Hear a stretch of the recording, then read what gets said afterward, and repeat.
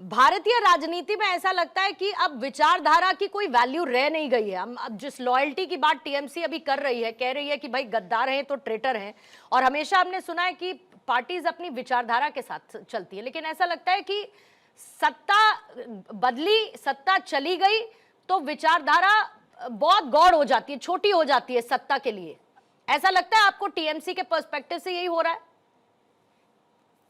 पूर्णिमा जी, आपको नमस्कार। आपके नमस्कार। सभी दर्शकों को वंदे मातरम, भारत माता की जय।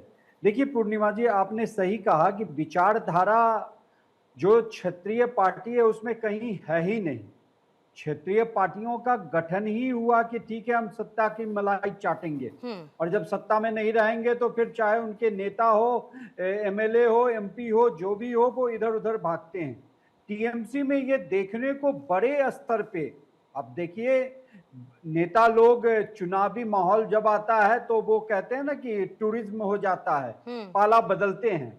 लेकिन यहाँ पे चुनाव जीतते ही ये इतना बड़ा असंतोष ये दर्शाता है कि कहीं ना कहीं जरूर वो नेता अंदर ही अंदर कुट रहे होंगे। जैसे आपको याद होगा कि समाजवादी पार्टी में, यूपी में, जब रामचरितमानस की प्रति सबको जलाया जा रहा था और ब्राह्मणों को गाली दी जा रही थी, तो जितने भी ब्राह्मण नेता थे उन्होंने अखिलेश यादव से इसकी शिकायत भी की थी और वो असंतुष्ट नजर आ रहे थे। यहाँ पे टीएमसी का जैसी करनी वैसी भरनी, बोबे बेर पेड़ बबुल का तो आम कहां से खाए। ममता बनर्जी को उसको खुद की जो बिछाए जाल था उसमें वो खुद फंस चुकी हैं। और जितने भी क्षेत्रीय पार्टी है पूर्णिमा जी, उसमें देखिए पुत्र मोह पार्टी को ले डूबा है।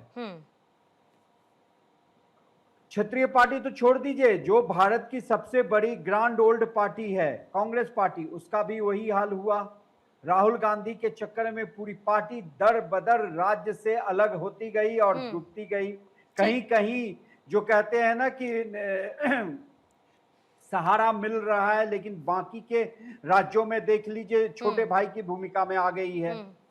दूसरी बात, टीएमसी में इतनी बड़ी फूट इतनी जल्दी कैसे हो गई?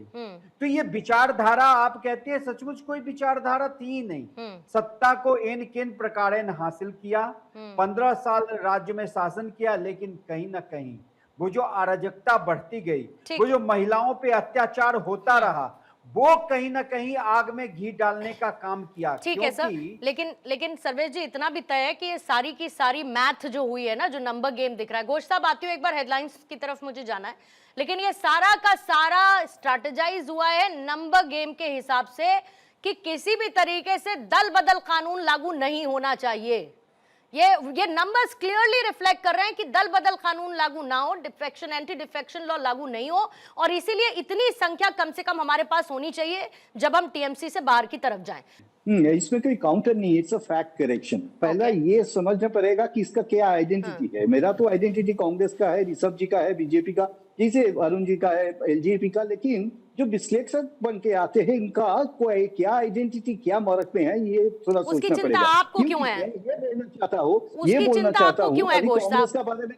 कांग्रेस प्रिंसिपल अपोजिशन देश में है ना, सुनिए ना, कांग्रेस तो प्रिंसिपल अपोजिशन है ना पूरा देश में। This is one point. Second point, अभी जो लास्ट इलेक्शन तो केरला में हम लोग जीते हैं, और उसके पहले भी कर्नाटक, तेलंगाना, हिमाचल प्रदेश में हम लोग का शासन चलता है। तो बात ये नहीं बनता है कांग्रेस क्या कर रहे हैं, पहले देखना पड़ेगा। देखिए, जस्ट 1 मिनट अब दिए है, दो कैलकुलेशन सब ले लीजिए, स्टैटिस्टिक्स ले लीजिए। अभी जो केंद्र में जो सरकार है बीजेपी का, इनका जो जितना स्ट्रेंथ है, बीजेपी का इटसेल्फ जो स्ट्रेंथ है 67% एक्स कांग्रेस, देख लीजिए।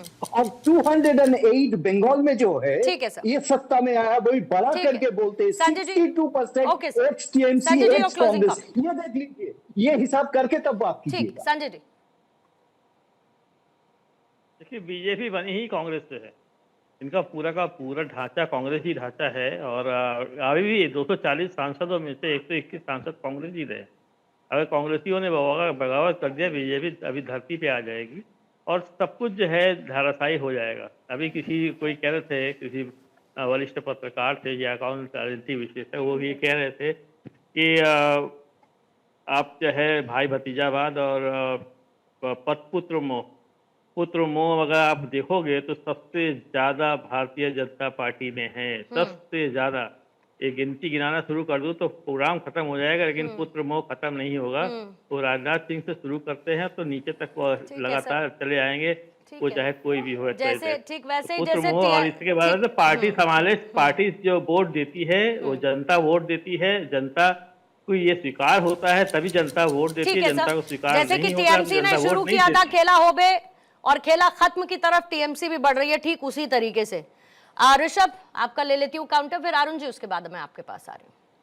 पूर्णिमा जी, मैं शुरू के 10 सेकंड क्लियर कर दूं। जब भारतीय जनता पार्टी कुछ अनाउंसमेंट करती है तो या तो वो प्रेस कॉन्फ्रेंस करती है या फैक्ट्स को जो है फैक्ट्स या ईमेल भेजती है। तो इस संदर्भ में मैंने बोला था, तो कृपया करके उसको गलत मैनिपुलेट ना किया जाए, पॉइंट 1। दूसरी बात मैं कह देता हूं, जब कोई गठबंधन का सिद्धांत नहीं केवल सत्ता सुख के लिए बना हो, सिद्धांत ना हो, जब वहां विचारों का मेल नहीं कुर्सी का खेल हो, तो इसी तरह पार्टियां टूटती हैं। और टूटने का इल्जाम दूसरों पे ना डालें, अपनी कमियों पे आकलन करें कि पार्टी टूट क्यों रही है। और ये कहते हैं कि बहुत सारे कांग्रेसी हैं, मैं इनको बता देता हूं, बेशक पहले कई राजनीतिक दल कांग्रेस से निकले, कई लोग कांग्रेस से निकल गए, इवन श्यामा प्रसाद मुखर्जी जी भी कांग्रेस के सदस्य रहे थे। लेकिन कहने का विषय है कि वो कांग्रेस और आज की कांग्रेस में जमीन आसमान का अंतर है। एक कांग्रेस थी जो देश के आजादी के लिए, लड़ाई के लिए बनाया गया एक संगठन था, और आज कांग्रेस जो है सत्ता सुख का एक गठबंधन है। तो ये डिफरेंस पता कि ज्यादा पुत्र मोह की बात है ना सर। भारतीय जनता पार्टी में पिछले विगत 40 साल से ऊपर एक भी राष्ट्रीय अध्यक्ष एक परिवार से रिपीट नहीं हुआ है। और मैं आपको डंके की चोट पे कहता हूं, भारतीय जनता पार्टी में कोई भी परिवारवाद की स्थापना भारतीय जनता अरुण पार्टी भारती जी, आपका क्लोजिंग कमेंट। ठीक है अरुण जी। देखिए, हम लोग अभी सांसदों से और एमएलए से सवाल कर रहे हैं टीएमसी से। हमें बंगाल की जनता की सुननी चाहिए, क्योंकि एमएलए और एमपी से पहले बंगाल की जनता ने टीएमसी को छोड़ दिया था। दूसरी बात, अगर कोई इनर सर्कल का छोड़ता है, खुद का इनका चीफ विप जब बोलता है कि नहीं ये जो लिस्ट है ये लिस्ट गलत है, तो ऐसे में जानने की हम लोग को जरूरत है कि ये सिर्फ डिफेक्शन नहीं है, ये एक स्ट्रक्चरल पूरा ब्रेक हो रहा है पार्टी के अंदर का, जहां पर लोगों को अपनी बात और डिसेंट, खास करके कोई पार्टी हो, लोकतंत्र हो, डिसेंट बहुत जरूरी है, लोगों की बात सुननी चाहिए। डिसेंट जब वहां पर आपको सुनने को नहीं मिलेगा, अभिषेक जी अपना चाबुक चलाएंगे या ममता जी अपना चाबुक चलाएंगी, तो वक्त आने पर ये पाप का घड़ा फूटता ही है। इसके अलावा और यही आज के दिन में हो रहा है। और देखिए, आप पूरे इसमें देखिएगा, एनडीए एक पोल ऑफ स्टेबिलिटी बना हुआ है, जहां पर आपस में बातचीत होती है, मुद्दों पर बहस होती है। इंडिया ब्लॉक में आप देखिएगा, कभी दो सहयोगी आते हैं, कभी दो सहयोगी नहीं आते। थोड़ा सा लिमिटेड टाइम है अरुण जी मेरे पास, ठीक है। 30 सेकंड्स सर्वेश जी, जल्दी से 30 सेकंड्स एंड 30 सेकंड्स विश्वेन जी। पहले सर्वेश जी आप शुरू करिएगा। देखिए, पार्टी अगर टीएमसी की टूट रही है तो वो जिम्मेदारी केवल और केवल ममता बनर्जी पे है। आप बीजेपी पे नहीं डाल सकते, क्योंकि बीजेपी यहाँ पे कोई भी रोल प्ले करे नहीं करे, ये जनता ने दिखा दिया है। 200 से ऊपर का उन्हें सीट दिया बंगाल की जनता ने। यहाँ पे पूरा का पूरा दमोदार पार्टी पे है और वो ममता बनर्जी पे है। रही बात की जो पुत्र मोह था ही अभिषेक बनर्जी को, अभिषेक लिमिटेड टाइम है सर, सॉरी रोकूंगी। विश्वेन जी जल्दी से। पूर्णिमा जी, पारिवारिक पार्टी का मैक्सिमम ये यहाँ होता है। पारिवारिक पार्टी का पिछला इतिहास था और यहाँ भी यही होना था। ममता बनर्जी ने संघर्ष किया, क्योंकि कोई दोहराई नहीं है, लेकिन उसके साथ जुड़े लोगों ने संघर्ष किया, उसमें कोई दोहराई नहीं है। लेकिन उनके साथ घुटन होती कि अभिषेक बनर्जी पे एंट्री की और लगा पारिवारिक अपने परिवार के सदस्य को आगे बढ़ा रहे हैं। ऐसा ही बसपा में हुआ, जो उनको भतीजा और भाई को लाया गया। ऐसा ही महाराष्ट्र में हुआ था, ठीक है जो ठाकरे परिवार था। तो जिस कारण से स्थिति बनती है, बिल्कुल सर। और बंगाल में अभी जो पूरी की पूरी परिस्थितियां हैं, दिल्ली के गलियारों तक एक संदेश तो साफ है कि राजनीति में ना कोई स्थायी दोस्त होता है, ना कोई स्थायी दुश्मन होता है।